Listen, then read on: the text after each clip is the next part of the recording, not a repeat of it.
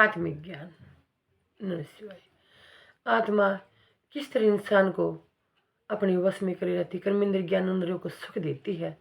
इंसान कितना भी बुरा हो लेकिन वो हमेशा उसमें रहकर अपने स्थान को स्वीकारे जो उसे परमात्मा से मिला है और अपने आप को परमात्मा से जोड़े रहती है और उस शरीर को भी शुद्ध करती रहती है।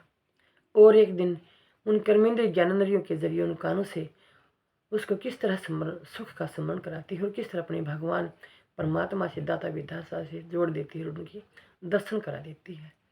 ध्यान से सुने आत्मिक ज्ञान में। नमः शिवाय। अच्छा लगे तो कमेंट भी करियो और लाइक भी, सब्सक्राइब भी।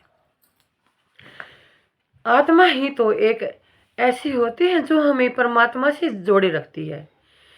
किसी तरह की स्थिति में हमें परमात्मा से मिलाकर रखती है, जो किसी भी तरह का हो भगवान परमात्मा से दूर नहीं होने देती। कर्मेंद्रियां ज्ञानेंद्रियों को इस तरह समेट कर रखती है जैसे कछुआ अपने हाथ पांव को सकोड़ लेता है यानी समेट लेता है।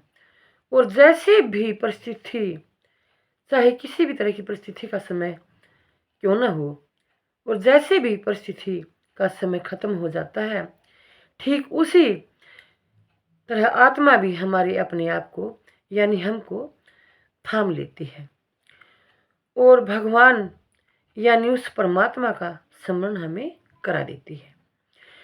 उसके ध्यान से यानी उसके भजन से जोड़ देती है और बाधाओं और पीड़ाओं से उभार लेती है। आत्मा जीवात्मा होकर भी उस मालिक से ही अपनी डोर को जोड़ कर रखती है जहाँ से वो आई थी। एक आत्मा ही तो है इस नश्वर देह मंदिर के अंदर, जो कि तमाम दुखों से उभार कर रखती है। हे इंसान, तुम मन मानी तो कर, लेकिन इतनी भी मत कर कि तेरा ज़मीर और तेरी आत्मा ही तेरी कर्मेंद्री और ज्ञानेंद्री को ये सुनाने लगे जो तू सह न पावे और सुन न पावे और तू किसी से भी बता भी न सके कि तू क्या महसूस कर रहा है, क्या सुन रहा है। और तेरा मन भी जो आत्मा का सारथी होता है वो भी साथ ना दे। भगवान श्री कृष्ण कहते हैं कि मैं कर्मेंद्रिय ज्ञानेंद्रियों में मन हूँ, और जो भगवान श्री कृष्ण ने कहा है वो तो झूठ है, हो नहीं सकता। इसलिए तो इंसानियत के नाते अपनी इस आत्मा के सारथी को बना कर रख और शांतिपूर्ण जीवन व्यतीत कर और सच्चे सुख का अनुभव कर और परिस्थितियों से उभर। अपनी आत्मा की आवाज़ को सुन, उसे समझ कि वो तुझसे किस से जोड़ रही है, किससे मिला रही है। इस नश्वर धरा पर रहते रहते आत्मा स्वर्ग के सुख का अनुभव कर रही है।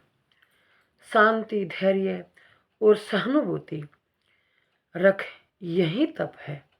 इससे बड़ा और कोई दूसरा तप नहीं है, दूसरा संन्यास नहीं है। इसलिए तो कहती हूँ कि शांति ही तो जीवन संन्यास है, यानी जीवन में सबसे बड़ा संन्यास शांति है। इस तप को बनाए रख, घर में भी सुख समृद्धि बनी रहेगी और जीवन में भी। नमस्ते नमस्ते भगवान। नमः शिवाय। सनातन धर्म की सदा ही जय। अच्छा लगे कमेंट भी करियो और सब्सक्राइब भी और लाइक भी। चैनल को बढ़ावा दिए ताकि मेरा मन खुश रहे और मैं हमेशा आप तक आत्मिक ज्ञानी ब्रह्मा ज्ञान पहुँचाती रहूँ और साथ में शिव पुराण भी सुनाऊँ हरियाणवी भाषा में और हिंदी भाषा में। नमः शिवाय। नमः शिवाय। भगवान शिव हम सब पर अपनी कृपया दृष्टि बनाए रखे, सभी अपने भक्तों पर अपनी कृपया दृष्टि बनाए रखे।